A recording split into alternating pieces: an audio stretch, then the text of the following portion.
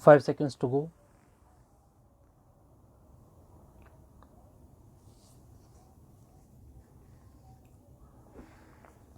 Start. The calling card of India against corruption IAC has been indignant virtue.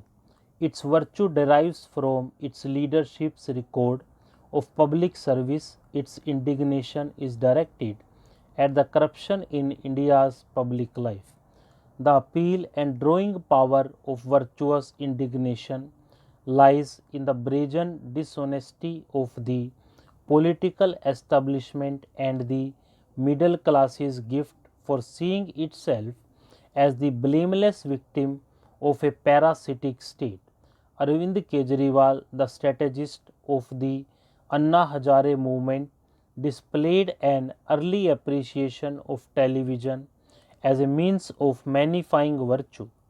In the early days, before the first Jantar Mantar fast made Anna a household name, he drew Baba Ramdev into the movement because of the drawing power of Ramdev's television persona.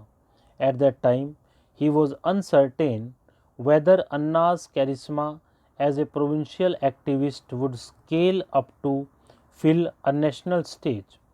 After the landmark Ramlila ground fast, which delivered the remarkable spectacle of India's imperious political class waiting upon a fasting septuagenarian's every move.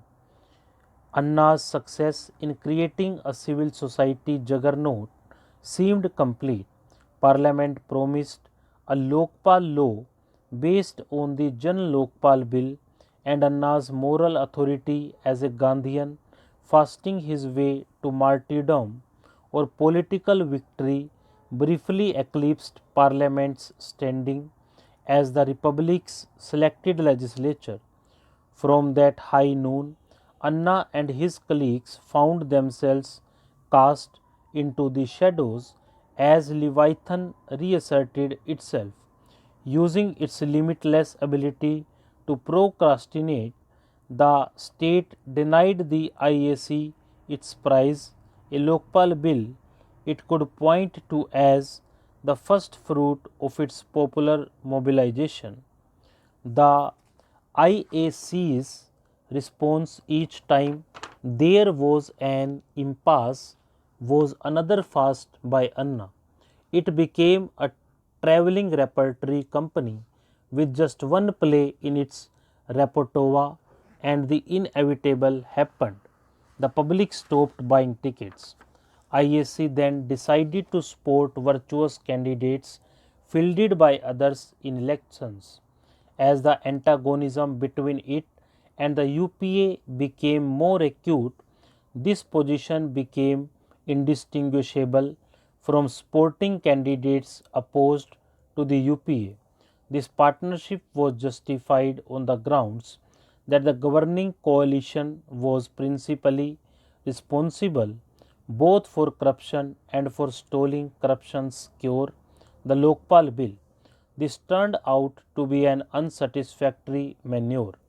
Anna's movement could not plausibly claim credit for the UPA's electoral defeats, and its moral authority as a movement that transcended politicking seemed compromised by its anti UPA stance. Anna's fast, once trump cards, became liabilities. Instead of being buoyed up by an enormous public presence, Anna was embarrassed by its absence. The reiteration of the movement's monopoly of public virtue began to sound hectoring and self righteous.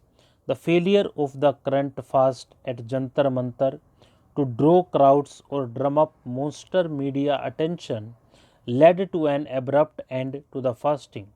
An enigmatic announcement said that the IAC would supply a political and electoral alternative to India's corrupt parties. Whether this was an improvised response to the failure of the fast or a long standing intention, it represented an advance on the fast and fulminate tactic that had thus far characterized the movement. Stop.